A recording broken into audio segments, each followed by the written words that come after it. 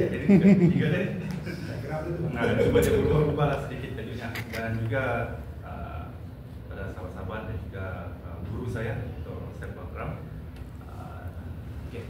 Pada hari ini saya sedikit ada perkongsian dan juga pengalaman saya sebagai anak orang Bugis dan punya orang tua pada generasi yang pertama. Maksudnya mereka membawa segala tarekat dan juga budaya, sehingga kan saya ada kadang-kadangnya kita bertemu dan punya masalah. Okay? So ini susunan populer Lontara sebagai bekalan ilmu dan kepercayaan. Jadi saya akan kongsikan tentang tajuk ini, iaitu susunan populer, iaitu satu naskah atau manuskrip Lontara orang Makassar atau Makassar dan Bugis. Okay. Baik, saya sedikit sebagai pengenalan di sini, yaitu di sini saya tunjukkan sedikit ada bentuk naskah itu, naskah Ila Galigo. Ini adalah jilid pertama yang dibesarkan oleh Profesor Nurhayati dan juga yang ditulis pada asalnya itu oleh Chuan Lik, itu anak raja, dan kemudiannya dengan seorang orang Belanda pada ketika itu, dan kemudian segala naskah-naskah yang saya tunjukkan ini seperti pita dan juga naskah buku ini kemudian diambil oleh orang-orang Belanda dan disimpan di museum mereka. Jadi Lontara ini adalah naskah yang terpanjang di dunia dan ianya sebagai simbolik kitab sebelumnya kedatangan agama Islam itu sendiri, dan mereka segala kehidupan mereka merujuk kepada kitab-kitab ini. Jadi kalau dilihat, kalau secara amnya Lagaligo ini ada punya manuskrip, dalam usahanya sekarang diterjemahkan ada 4 sekarang sampai jadi 4, dan ada dijangkakan sampai ke 12 naskah yang akan datang diusahakan. Dan kitab ini ataupun naskah ini mempunyai 6.000 page begitu, dan 300 susunan kata. Dan kemudiannya saya kongsikan pula tentang asal usul Lontara itu. Okey, Lontara ini adalah satu bentuk surat dan juga satu bentuk tulisan. Kalau orang Bugis kita panggil surat. Surat itu maksudnya tulis, surat. Ya. So kalau orang penulis kita panggil pasul. Okay. Asal usul Lontara itu kalau wujudnya itu pada abad ke-14, dan boleh dikatakan ada Lontara yang lama, kita panggil Lontara tua, yang telah diciptakan seperti Lontara layang-layang sebelumnya. Dan juga kalau kita mengandungi 23 huruf asas, dan juga kalau orang Makassar hurufnya itu perbulannya ada 18, dan kemudiannya orang Bugis itu ada 20, kemudiannya jadi 23. Alright. Jadi saya tunjukkan sedikit sulap Pak ini. Suji adalah salah satu simbolik yang paling terbesar orang Bugis juga. Asalnya bentuk tulisan itu datangnya daripada sulap Wala Sujinya. Okay. Wala Suji itu yang berbawa maksud putri dan juga pagar. Jadi kalau saya nak kahwin, contohnya, saya perlu membawa Wala Suji sebagai simbolik untuk wanita itu. Dan di dalam Wala Suji itu diletakkan ada ubi kayu, ada buah-buahan, semua di dalam itu. Okay. Dan kemudiannya kita boleh tengoklah dia ada macam petak-petak macam tu.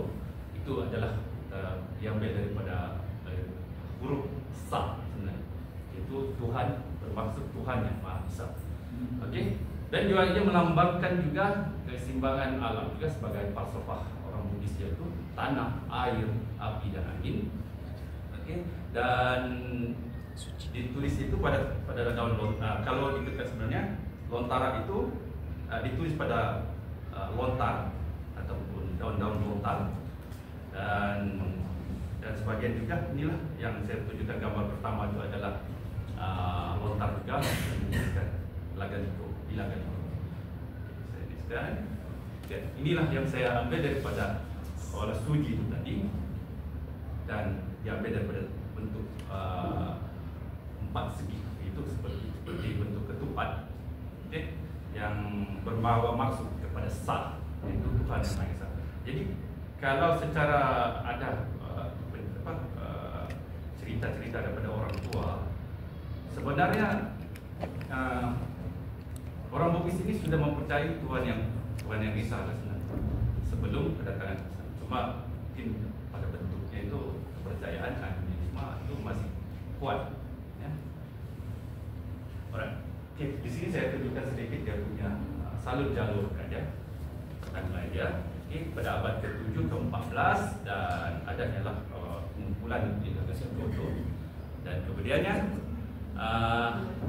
selalunya lontara ini ditulis secara bertulis dan juga secara lisan, dan secara lisan itu pernah berkembang di Riau. Sebab itu orang Bugis dengan orang Melayu ya ada kesamaan. Dan juga ada juga sebenarnya penemuan lontara Lagaligo sebagiannya pasca itu ditemui di Selangor, dan ini dikatakan oleh itu saya daripada dokter lah, dan juga kemudian saya jumpa saya berhubung sekali terus dengan penulis Dr. Nur Hayati, Prof. Hayati, dan kemudiannya dia pun tertarik bila saya membuat kajian ini, dan kemudiannya dia ada mengatakan kalau ada rezeki datang Makassar dan kita coba cari naskah itu. Tapi sebenarnya naskah itu berada di Belanda, katanya. Jadi maksudnya itu dibawa ke Belanda dari Kuala Selangor. Ya, sebab Kuala Selangor yang kajian memang dari orang bisa.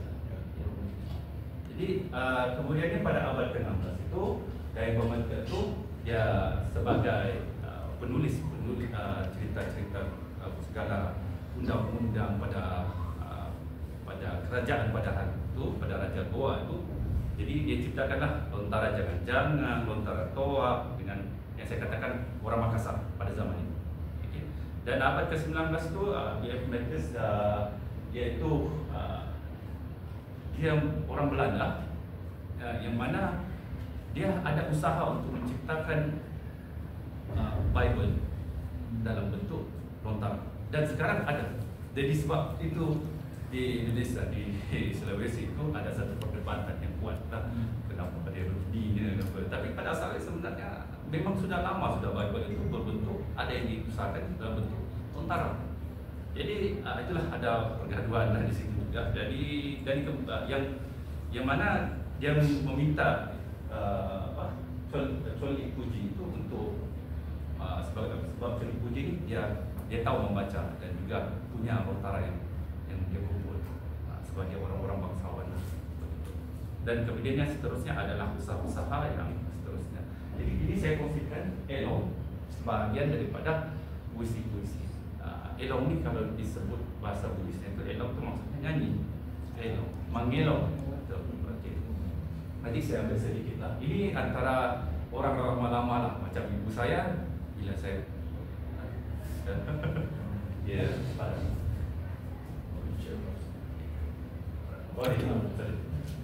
okay. Dia suka menyanyikan. Orang-orang tua dulu menyanyikan, tapi dia ada seperti nasihat. Kalau kita ambil daripada ayat di bawah sekarang itu, nasabah maraja nawani rekneko ditoni putu. Maksudnya sebab kalau begitu tidak belajar dulu maka tahu jadi pemalas. Dan pemalas begitu. Putu malas. Tahu itu maksudnya orang lah, tahunya memporis. Saya boleh kata 80% saja lah tahu bahasa Bugis. Okay. Alright. Dan kemudian ini salah silanya daripada Dr. Nur Hayati Rahman, saya melihat datangnya lontara itu daripada Prabu itu sendiri. Dan kemudiannya terpecahlah di Nusantara itu rencong, orang Jawa punya ni semua Melayu itu yang so secara lontara tu berbentuk macam dia ada vokal, yang ada sebutan kanganga pa ma. So dia ada tanda bunyi dia kat sebelah ni. Biasanya orang panggil bengkok di belakang ni. Ini sebabkan orang, saya rasa dia orang saudara Imran Jamal ni daripada Johor. Tapi kalau orang daripada Sulawesi dia panggil cangkul. Macam itu kan bengkok di belakang tu dia panggil cangkul. Ya, bengkok di depan. Jadi ini adalah tanda bunyi bermati. Tapi kalau lontara tua, tanda-tanda bunyi ni kadang-kadang tiada. Dia memang, itulah sebabnya untuk membaca lontara itu dia kena orang yang tahu tulisan lontara tua. Okay.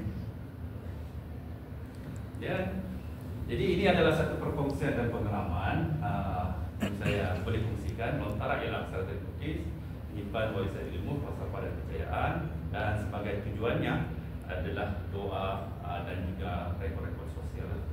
Okay, sebagai teks-teks juga teks agama. Jadi apa yang saya ceritakan hari ini adalah satu manuskrip yang diambil daripada lontara itu, dikeluarkan sedikit, iaitu dipanggil susunan Pompohulem atau lontara Banandra. Okay, ataupun dia sebagian daripada tarikh hari baik dan hari-hari buruk. Jadi dia sebagai macam bulan dan masanya lah. Okay. Jadi ini ada, kalau lastnya sekali itu saya katakan kajian menggabungi warisan spiritual, lukis dan pendekatan modern, visual interpretasi melalui AI adalah sebagian kajian saya ketika saya mengambil visual communication di UiTM. Okay. Sebabkan saya ni pelukis, tapi saya sedikit membentangkan apa yang pengalaman dan kajian saya itu saja. Dan kemudian inilah manuskrip yang kita pula saya buat kajian saya itu di Tanah Melayu, iaitu saya fokuskan kepada Pontian. Iaitu saya menemukan ada satu buku surat yang itu lama juga, iaitu surat buku itu panggil Barasaji, bacaan-bacaan, dan juga cara-cara untuk pergi doa wukuf. Jadi orang Bugis telah datang ke Pontian itu, ada perkongsian antara orang Melayu di situ dan usaha-usaha orang Bugis di situ, penduduknya yang mana ada tulisan Jawi sebelum ini ditulis dalam bentuk lontara. Jadi adalah jadi di situ saya sudah boleh tengok ada perkongsian ilmu, perkabungan di antara orang Melayu dan orang Bugis di situ. Okay, kemudian ini antara orang yang mengusahakan, terutamanya Ustaz Muhammad Amin daripada Tawau, dia sebagai guru lontara, dia mengajar, dia buat kelas, itu antara usaha-usaha beliau. Dan juga Haji Asad Pramsoy di Lahdatu, itu adalah guru lontara juga, dan sehinggakan orang-orang Belanda yang dari pembuat kajian datang ke Lahdatu untuk berjumpa dengan beliau. Jadi sayanglah sebenarnya, saya pun rasa macam aduh, kalau saya lambat buat kajian ini betul-betul, sebab kajian sekarang ni saya ni masih lagi ya saya rasa masih separuh, saya perlu lagi lebih banyak. Dan beliau ada usahakan juga bentuk-bentuk nombor, sebabkan lontara ni, tulisan-tulis ni dia ada nombor.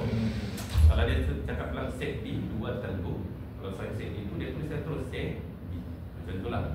Jadi datangnya pula kedatangan umat Islam itu, maka dia adalah macam seperti Jawi. Jadi di atas usaha beliau dia ada letak, dia cuba buat ciptakan nombor. Tapi saya tengok usaha ini tidak seberapa dipandang. Ya, saya sebenarnya kasihan dengan Tuan Haji sebenarnya, sebab pihak yang sepatutnya perlu ambillah apa yang dia buat usaha dia. Okey, ini pula adalah surat orang tua saya di antara keluarganya di Indonesia, yang mana sebenarnya orang Bugis ini dia banyak kedatangan dia tu ada yang Raja Sulu, yang mana orang-orang Bugis ini diminta untuk menjaga perairan Sabah pada timur Sabah pada ketika itu. Dan kemudiannya menurut Suraya Sintang itu juga ada kedatangan lagi orang Bugis pada tahun 1880, sebagai ekonomi juga lah, dan juga orang Belanda yang ada pembukaan Dan kemudiannya pula berlaku lagi penolakan dan penarikan. Suraya Sintang itu ada kata penolakan dan penarikan, yang mana penolakan itu disebabkan kesan daripada politik dan penarikan itu kesan daripada ekonomi. Jadi apa yang berlaku sebenarnya di Sulawesi pada tahun 1950 itu, yang mana Kahar Muzakkar telah membuat satu kacauan di Sulawesi itu, yang mana pada asalnya dia membawa agama Islam itu sebagai satu dia membentuk satu gerila yang orang kata memujuk orang rakyat di penduduk situ secara aman pertama. Tapi disebabkan dia marah dengan Soekarno kerana tidak memberikan hak kelebihan untuk dia, ada beberapa yang dia minta, maka dia membuat satu cuba untuk mencipta kerajaan sendiri, tapi dengan cara yang bagi saya dia membawa agama tapi sedikit radikal, sehingga kan memberi tekanan kepada orang-orang Buddhis pada ketika itu, yang mana bisu ni ada orang, kalau orang Buddhis kepercayaan dia itu dia jantinannya banyak. Nah, orang bisu ni panggil, boleh tak cari Google bisu. Dia macam orang memberi pencara untuk, contohnya ada raja yang dilantik, dia lah yang orang utamanya, tapi dia tidak lelaki, tidak perempuan, dia kita panggil bisu. Kemudiannya orang-orang yang macam ayah saya, contohlah generasi pertama ni, memang akan dibunuh, dipenggal semua. Jadi kalau tak ikut dengan saya, tapi nampak bentuknya dia bukannya pasal membawa agama saja, dia dah lari terpesong sedikit, dan dia curinya segala harta-harta orang penduduk itu. Maka larilah keluarga-keluarga orang-orang Bugis ni, termasuk keluarga saya dalam pada sebelum kemerdekaan itu, lari ke tanah Borneo, dan di situ pula lahirnya saya punya sepupu saya. Dia ada menceritakan sedikit dengan saya, yang mana berlaku perebutan Indonesia dengan Malaysia. Tanah Melayu, ingat saya yang Ganyang apa? Ganyang ya, pada ketika itu. Jadi dia ada kongsikan dengan saya pada ketika itu kapal-kapal terbang dilemparkan risalah-risalah, sokongan saya macam seperti itu. Jadi abang sepupu saya itu ada menceritakan soal dia masih kecil dan dia melihat berlaku kejadian. Maka dia lahir di situ, dan mereka kemudiannya menghantar surat lah untuk kalau nak berhubung semula dengan keluarga melalui kapal. Jadi ini antara surat orang tua saya, itu perkongsian tadi, dan ini adalah lontara yang ditulis orang tua saya juga. Saya tulis itu kepada daripada aku dan kepada untuk orang tua saya. Jadi kalau ditulis itu itulah the letter belong Daeng Segala. Bapak saya itu nama dia mungkin jadi sini dia buanglah nama Daeng itu. Kalau itu kan sebenarnya namanya Kontak Daeng Segala. Begitu. Kalau ibu saya itu dan saya punya bapak itu Daeng Patut Daeng Nasiga. Gitu. Saya yang tak ada Daeng dan dibuanglah. Tapi kesianan juga. Tapi kalau saya 2-3 kali lah pergi ke Sulawesi untuk melihat sendirilah di sana. So ini antara surat-surat lah. Sebenarnya banyak surat-surat ini. Tapi ada yang hilang, ada yang masih disebut. Tapi yang saya boleh kongsikan di sini, saya taburkan sedikit sebab ada beberapa ayat. Biasalah orang tua dulu datang pulang kembali sini, ada tanah di sini sudah ingin boleh jual. Biasalah berlakunya tanah-tanah apa saja. Jadi kalau di situ ada kampungnya, di kampung Indonesia itu Ongkong, Labera. Kalau ayat itu, this letter is replacement of your parents whose name is Patut Daeng Nasiga. Itu maksudnya saya punya mama, punya bapak dia, saya punya atuk lah sebelah mama. Okey. Jadi antara penemuan lontara berdasarkan tema ini yang saya ceritakan sedikit tentang lontara yang saya ketemu itu, popular. Jadi sebenarnya manuskrip itu banyak, sehingga kan disebut-sebut nama dia. Contohnya ini lontara Paseng, lontara Pengalung, lontara Sura-Sura, lontara Penandrang.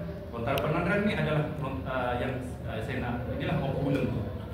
And then lontara Pagaungeng, lontara ada, itulah sampailah banyak lagi lah sebenarnya. Okay. Itu dan inilah surat dia. Sebenarnya banyak sebenarnya dia, tapi saya kongsikan sedikit yang ini. Susunan pokok bulan bermaksud susunan peredaran bulan atau pengaturan masa. Jadi naskah kuno ini merakamkan penentuan ilmu, penentuan hari, bulan dan juga detik masa sikit pun itu pun dikira. Berdasarkan gerakan bulan. Jadi setiap apa yang ingin dilakukan, contohnya orang Bugis itu kan suka berlayar, dia perlu melihat tarinya dulu, ataupun anak dia nak kahwin, dia perlu melihat dulu tari-tari yang sesuai. Dia tidak boleh, kalau dia memilih tari yang tidak baik ataupun masa yang kurang baik, macam mungkin ada berlaku beberapa kepercayaan dia lah. Jadi dan ia yang masih berlaku dengan saya.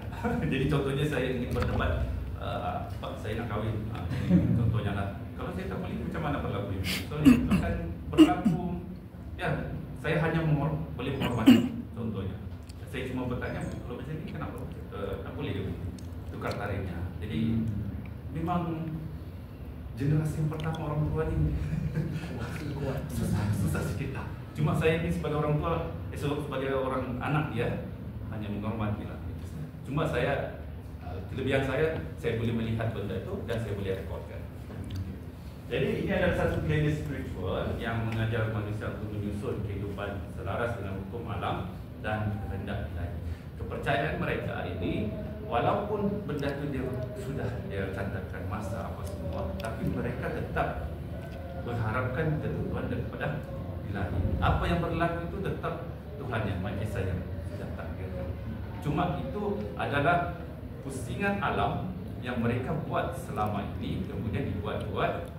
Contohnya 10 tahun, 20 tahun yang lalu saya pergi belayar pada tarik itu tak bagus. Jadi dia orang mereka katakan, oh tarik ini tak bagus nih, masa ini tak bagus. Kita keluar tengah hari, kita keluar subuh. Contohnya dia buat tanam tiang-tiang rumah. Dia tanamnya tiang rumah tu, kemudian rumah tu panas pula rumah ni. Udah usir satu keluarga. Oh tak boleh, tarik ini masa ini tak bagus, kita tanam waktu subuh. Itu sebagai gambaran. Okay.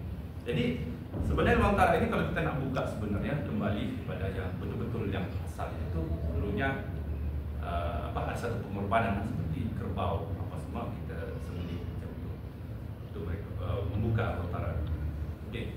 So ini adalah konsep dia, itu adalah menyusun paduan hari baik dan hari buruk dan juga digunakan untuk menentukan masa sesuai bagi perkahwinan, pertanian, pelayaran dan juga urusan-urusan penting, terutamanya adat-adat lah. Okay.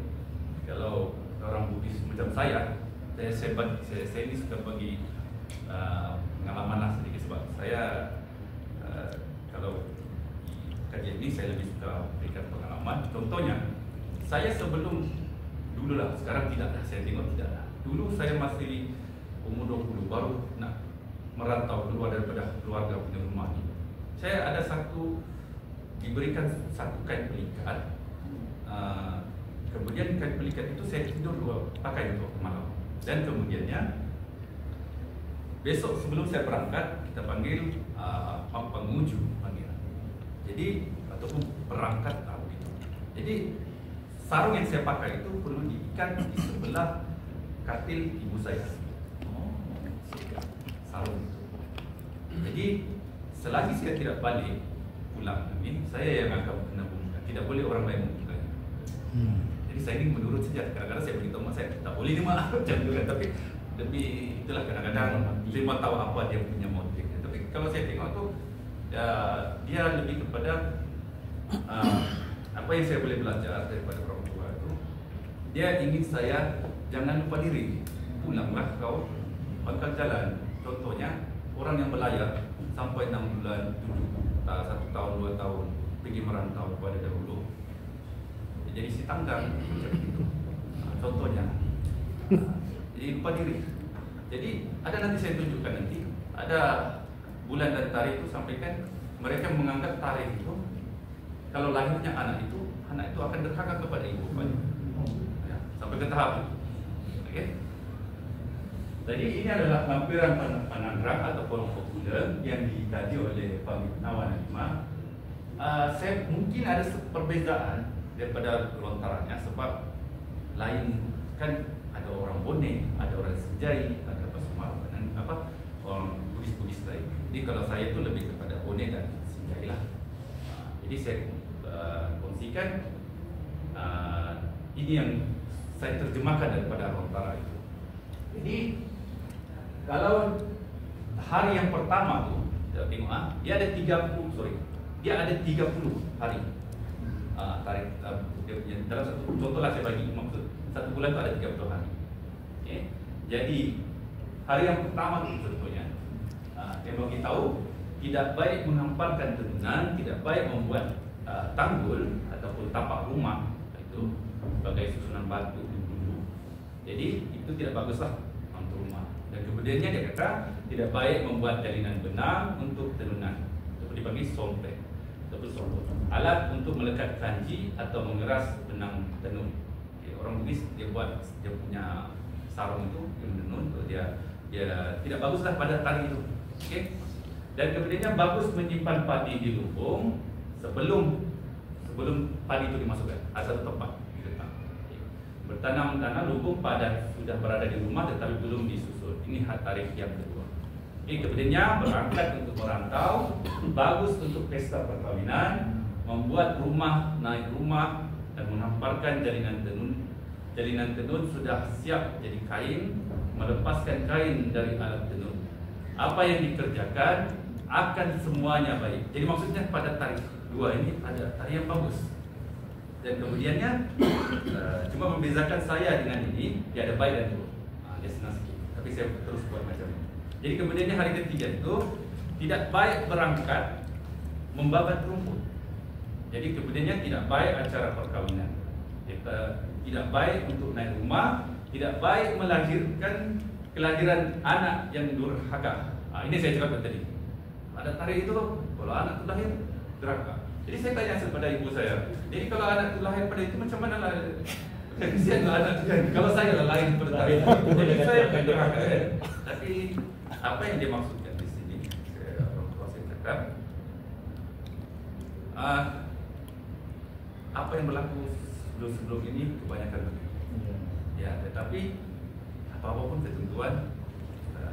Tapi bila anak itu lahir, kita cuba untuk kalau pada hari ini lah dia nak bawa tunjukkan pada hari ini, kita cuba ajar dia agar, tetapi akan pastikan sebenarnya akan berlaku. Dia tidak baik, tetapi bagi saya masih tidak memberi jawapan yang memuaskan untuk saya. Ya, kerana sedikit kejam lah untuk anak yang lahir pada tarikh. Okay. Dan kemudiannya pada orang tua, tentu selamat dan berkah. Dia seorang Bugis itu salama, maksudnya dia selalu bagi ayat salama. Salama. So tadi itu lontara lebih kepada bulan. Kita berkait pula kepada lontara waktu. Ini adalah lontara orang tua saya ambil dari keluarga. Sebenarnya mak saya ambil gambarnya, tapi dia sengit-sengit macam tu, saya tak tahu. Okey, betul. Okey lah. Okey. Daripada itu ayah saya lah, tak dari segala baca ilmuwan. Okey, dia punya sarjana lah. Apa yang dikongsikan. Okey, kemudian lontara waktu ini kita tengok pada bulan, kemudian kita pergi kepada masa tarik-tariknya. Lepas tariknya itu kita tengok pula masanya di atas tu 68, 11, 12, 36 subuh. Itu. Jadi ini dia dah lebih kepada Melayu, dikopikan balik. Sebab kalau orang Bugis itu Jumaat, Khamis, begitulah. Jadi kalau kita tengok pada ini dipanggil atau malise atau berisi mata jam wetu atau itu maksudnya bahasa dia daripada sejailah bunyi dia. Mata yang wetu ada bahasa lain. Jadi simbol-simbol ini kalau yang tambah itu tuo berisi. Jadi dia sebenarnya tuo ataupun berisi. Kita boleh tengoklah satu. Okay, Jumaat. Kita tengok ada bentuk tambah pertama. Maksudnya baguslah dia ada isi di dalam. Tak ada tarik itu. Pada pukul berapa? Kalau dia tengoklah begitu lagi. Tengok lagi pada pukul berapa yang bagus. Kemudian yang kedua, ujung mata berdarah mayat. Ini antara yang tidak bagus. Jadi dia kalau kau buat pada tarikh itu atau hari itu sedikit memberi kedudukan kepada majlis-majlis, ataupun kalau nak buat perkahwinan pada tarikh itu memang kurang lah. Selalu jarang orang Bugis akan pilih tarikh. Dan kemudiannya itu sama dengan gitu, lubang ataupun kosong. Maksudnya dia lebih kepada balik pokok. Apa yang kita bagi itu kita boleh. Tak ada untung, tak ada rugi. Jadi kemudiannya majlis penuh paling baik. Ini yang selalu orang Bugis ni lah, tari-tari yang di tengah box, jadi tengah majlis itu yang paling yang kalau orang nak kahwin dia akan ambil yang tadi tu. Jadi ini antara falsafah dan kepercayaan susunan popular itu sebenarnya berdasarkan sulap wala suci itu sendiri, ada tanah, air, api sebagai keseimbangan alam menjadi asas kehidupan. Itu yang mereka bawakan sebenarnya, apa yang mereka lakukan itu. Dia sebenarnya macam menghormati alam juga. Okay? Jadi ongkok bulan ini melambangkan bulan sebagai saksi dan mengatur nasib manusia, namun bukan sebagai kuasa mutlak. Segala takdir tetap di bawah kehendak Allah atau kuasa Allah Ta'ala. Jadi orang Bugis ni kalau dulu-dulunya lagi sebelum datangnya agama Islam itu orang beragama Tolentang. Tolentang ini satu agama kepercayaan di Malaya yang alam, kayu, pokok-pokok gitu orang percaya. Jadi bila datang ke agama Islam itu ada mereka telah macam menukar, macam contohnya Lagaligo tu ditukar namanya lebih kepada Islam. Ada usaha-usaha orang wali-wali dahulu, tapi orang-orang ada selebihnya itu dia tidak Mekah, jadi ada pertumbuhan dari situ. Jadi dia sebenarnya mengajar orang Bugis untuk berfikir dan beristihad dan bertawakal, tidak menentang ketentuan Tuhan tetapi menghormati tanda-tanda alam. Jadi orang Bugis ni sangat kuat dengan alam. Sebab kawasan itu kita boleh pergi ke bangsa lain. Itu Tok Kajang. Kalau pernah nampak video-video orang Kajang pakai baju hitam semua. Ada Kajang dalam, ada Kajang luar.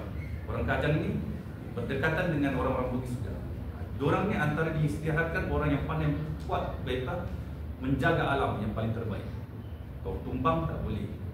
Tengok saiznya apa semua orang Kajang. Kalau nak masuk tak boleh import. Selim kaki ayam Tok Kajang. Baju hitam. Tapi kalau nak ilmu hitam apa kuat-kuat kawan-kawan kat situ. So, lampu tak ada. Lampu sana tak boleh. Itu yang Kajang dalam lah. Boleh tak carilah Kajang. Okay. Dia dan saya kongsikan Kajang dengan Baduy. Baduy pula dekat Sumatera saya. Dia Baduy ni dia pun baju hitam putih. Dia dekat sikit dia punya pakaian. Okay. Jadi kalau saya tengok orang Kajang tu bahasanya diorang menggunakan Lontara juga. Orang Kajang. Okay, sebab dia di Sulawesi ya. Jadi saya bagi laju sikit. Beritahu kawan. Jadi ini kajian saya buat untuk lebih memahami kerana orang Bugis itu ada kepercayaannya pada Lagaligo tu macam mana terciptanya manusia itu adalah adanya dunia atas, dunia tengah, dunia bawah. Dan kemudiannya orang Bugis itu ada warna-warnanya yang membawa maksud kuning, merah, hitam, putih. Yang adanya yang seperti tadi lah, ada api, ada air semua, dan tanah. Dan kemudian saya fikirkan juga tentang satu lukisan Da Vinci. Da Vinci itu kemudian saya tengok itu lukisannya lebih apa yang saya baca lebih kepada tentang keseimbangan apa semua.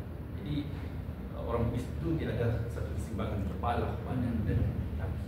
Jadi dia libatkan tentang dunia apa semua. Itulah di bawah itu dunia atas, dunia tengah, dunia bawah.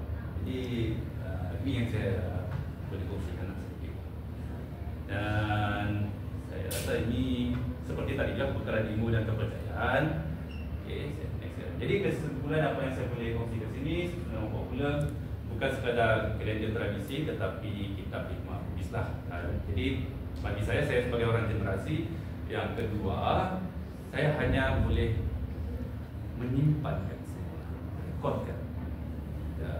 Ya, ada yang tak okey tu lari sini, kita simpan, saya tak perlu ikut. Saya hanya perlu menghormati orang tua saya. Gitu kan? Dan kemudiannya yang mengajar manusia memahami masa, keseimbangan alam dan kehendak Tuhan dan cara nenek moyang, menggunakan ilmu kosmologi. Dan ini antara yang saya buat kajian mana bagaimana Lontara itu tulisan itu saya cuba untuk gambarkan bentuk dalam bentuk visual, yang mana yang akan novel itu sendiri dalam penulisan bukunya itu yang mana kita bercakap tulisan apa itu boleh ditunjukkan dalam bentuk gambar. Jadi saya membawa apa idenya dalam bentuk gambar. Okay. Jadi saya tulislah yang tentang anak itu tadi di dalam wala suci, dan kemudiannya ini tentang ini AI saja. Okay. Dan macam ini kita tidak baik untuk naik rumah. Saya rasa itu saja. Terima kasih saudara Rajmi. Jadi saya buka untuk sebarang soalan daripada hadir ini. Silakan. Perkara satu saya ingin tanya adat yang tadi itu dengan kedatangan Islam adakah masih lagi diteruskan? Kemudian pertama, yang kedua tentang yang kalender bulan-bulan tadi bila diterangkan saya dapati macam ada persamaan dengan amalan dalam budaya individu. Jadi ada tidak gabungan budaya so, kalau tadi Bugis dengan Aceh tadi ada sama. Jadi ada tak berlaku pertemuan dengan budaya itu? Kita masih dengan soalannya. Okay, yang pertama soalan dia tadi tentang masih lagi Ya, dengan dalam Islam adakah ini masih diamalkan? Kalau disebutkan sebahagian Sulawesi, kita cerita dulu di Sulawesi. Di Sulawesi itu sebelum kedatangan Islam itu memang sudah ada agama Kolontang. Orang Bugis ini memegang agama Kolontang. Jadi dia memegang pada kitab. Jadi dan selepas datangnya ada agama dibuat pemilihan sama ada nak Islam mungkin sebagai Islam atau orang Bugis dan ada sebahagiannya dijadikan Kolontang itu sebagai Hindu punya. Sebab kalau di situ dibagi ada Islam dan Kristian kan. Jadi orang Bugis ni dia serba salah di mana saya meletak saya punya ni. Jadi dia letakkan sebagai Hindu. Tapi sebenarnya sampai sekarang mereka lagi bukan. Jadi di sana masih kuat saya boleh katakan, tapi kedatangan Islam itu sedikit sebanyak ada yang mengubah dari segi buku kita beberapa pembacaan macam tadi berjanji itu apa semua ada dan satu juga dari segi pakaian apa semua. Dulunya orang Bugis itu dia suka pakai baju bodoh yang halus boleh nampak dada apa semua perempuan, tapi kemudian di Islam itu datang kemudian baju itu ditebalkan. Tapi kalau dulu tu baju yang besar bodoh tu boleh jadi macam sarung-sarung dia pun boleh jadi kecil. Lipat dia jadi kecil. Tapi setipis itulah. Tapi kemudian sekarang sudah jadi tebal, so dia ada Islam. Jadi diislamisasikan, jadi banyaklah beberapa perkara yang. Jadi saya bawa pula ke saya tak seberapa tahu sangat macam di Pontian macam mana, tapi saya membawa ke daerah Tawau, Pantai Timur sendiri. Islam tu saya boleh katakan yang membawa ajaran macam amalan-amalan seperti ini adalah generasi-generasi yang pertama datang. Kemudiannya seperti saya dan generasi seterusnya itu sudah ada yang macam memang benda ni macam sesat apa semua kan. Tapi kalau saya ada yang bagus ya, ada yang ini apa semua. Jadi generasi kedua ni saya hanya perlu merekodkan naskah-naskah itu dan amalan-amalan itu saya hanya sekadar merekodkan dan tidak mengamalkan itu saja. Tetapi berlaku pertemuan macam saya katakan tadi, amalan-amalan tarik-tarik ataupun contohnya flight kapal terbang saya nak beli pada tarik tu. Kata, oh tak bagus ni, jangan flight dulu. Saya dah beli tiket. Memang bergaduh dengan mak saya. Dah bergaduh pula itu kan tarik tak bagus. Jadi kadang-kadang saya perlu kadang-kadang saya nasihatkan. Tapi sebenarnya mereka sudah faham sudah. Selepas orang datang sini dia orang melihat ada perubahan sedikit daripada budaya. Yalah, sekeliling rumah saya tu ada orang dusun, Kedazan, orang Suluk, Bajau, jadi orang Cina. Jadi Jadi di situ sedikit perkongsian kadang-kadang bertembung jadi lain pula dah. Macam seperti yang tadi pula soalan kedua, itu saya tidak terlalu arif untuk sebetulnya, tapi kalau mengikut daripada Dr. Akram tadi ada perkongsian juga tentang jawabnya itu, ya ada sedikit kesamaan, tetapi pinjam atau pinjam itu tidak, saya tak pasti. Mungkin ada, tapi saya tidak boleh katakan ada sebab saya perlu lebih mendalami benda itu. Sebab bukan saya pelukis. Saya pelukis, jadi mungkin ini antara sebahagian kajian saya, tapi saya memang berminat yang kalau ada kajian yang begitu, saya cuba juga nanti saya buat kajian juga. Dan saya pun ada berbincang dengan Prof. Akrayati, sekiranya boleh dapat berjumpa dengan ada yang mengatakan mungkin punya manuskrip Agaligo yang dibayi selama itu adalah ada sultan, jadi perlu diuji kepada ini, dan mungkin kita boleh jumpa semula Agaligo itu surat manuskrip itu dan kita terjemahkan usaha itu seterusnya usaha ada bajet, ada dana. Terima kasih Saudara Razimin. Ada soalan lagi? Soalan ringkas pendek. Okey. Nak tanya, sebab tadi saya nampak ada gambar yang reference dia Darmawan 2024. Ya. Saya nak tanya, yang ambil gambar tu Dr. Alan Darmawan. Mana? Yang tadi, ya. Ni Foto by Darmawan. Oh ya. Alan Darmawan. Adik dia punya anak dia. Anak dia. Oh, anak dia yang okey. Dia anak dia cikgu. Anak dia cikgu, nama dia Darmawan. Dia bagi gambar-gambar ni. Dia ceritakan kepada saya dan dia beritahu kepada kita. Jadi adik dia boleh tak saya kongsikan gambar ayah awal. Boleh, ada masalah dengan kajian. Jadi anak dia pun nama pun Darmawan. Ya, macam tu. Baik, terima kasih.